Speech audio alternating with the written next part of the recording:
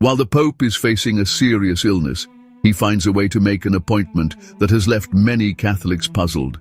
Meanwhile, from Argentina, his home country, comes harsh criticism. The Church is in crisis, and according to some, this papacy is the main cause. Do you want to know all the details? Watch the video until the end. In recent days, the seriousness of Pope Francis' health condition has emerged strongly and with great concern. His personal doctor has confirmed it with truly shocking statements. We had to choose between stopping or trying all possible treatments, risking compromising other organs. This, the doctor recounted, is just one of the many dramatic moments the Pope has lived through recently. In another episode, during a meal, he began vomiting violently, aspirating bile into his already fragile lungs, putting his life at risk once again. All of this happened while the faithful only received leaked news, or even misleading news. A question naturally comes up: why wasn't the truth told? Some might say that even the Pope has a right to his privacy, but they forget, perhaps intentionally, that the Pope is the servant of the servants of God. He's not just an average person. He is a spiritual guide for millions of believers. He is the successor of Peter. By accepting the papacy, he also accepts that his existence becomes a public testimony. He cannot simply disappear into silence when the trial becomes difficult. The people of God have a right to know if the one who guides them is still capable of doing so. It's not morbid curiosity. It's a matter of truth. And while they were fighting to save his life, the Pope found the clarity of mind to make an appointment that has raised serious doubts. We're talking about Benedicta Lemlein, or Lemlan, according to some sources, professor of Old Testament and dean of the Faculty of Theology at KU Leuven. She calls herself a critical friend of the Church, but she is known for her positions against Church teachings, particularly on sexuality and the ordination of women. Two topics that aren't matters of opinion, but realities established by Christ himself and guarded by the Church's tradition.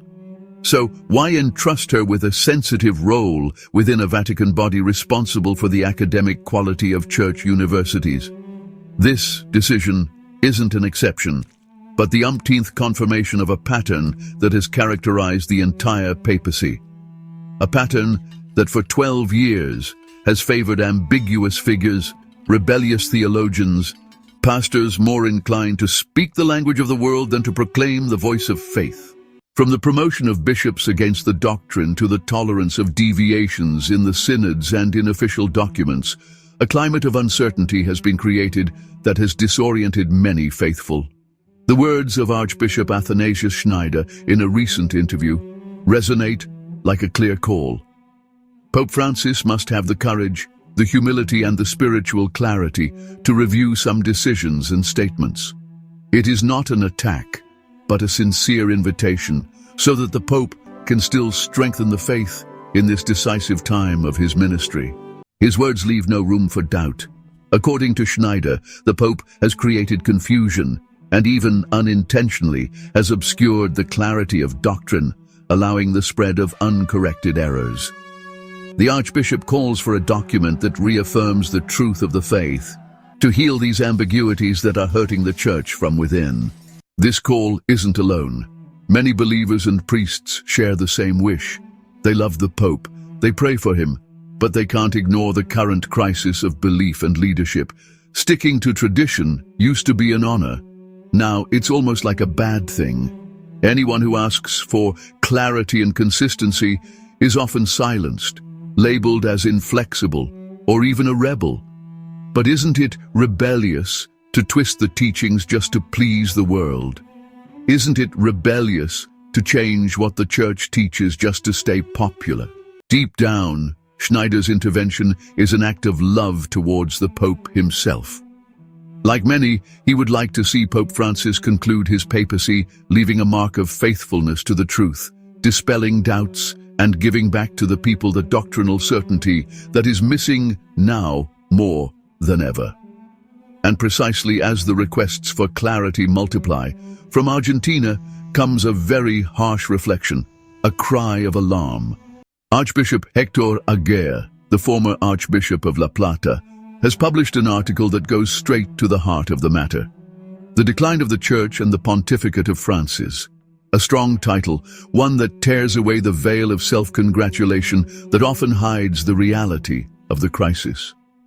Aguirre speaks with deep knowledge. He writes from a country that should be Catholic by history and identity, but today has lost all sense of direction. His words are a stark snapshot of the situation. The bishops, he says, seem to be out of touch with reality. The seminaries are empty. In some dioceses there are more prelates than seminarians. In a seminary with over a century of history, not a single young man enrolled this year. Absolutely zero. A fact that speaks for itself. More than 1,000 analyses. The vocations crisis is deep and widespread.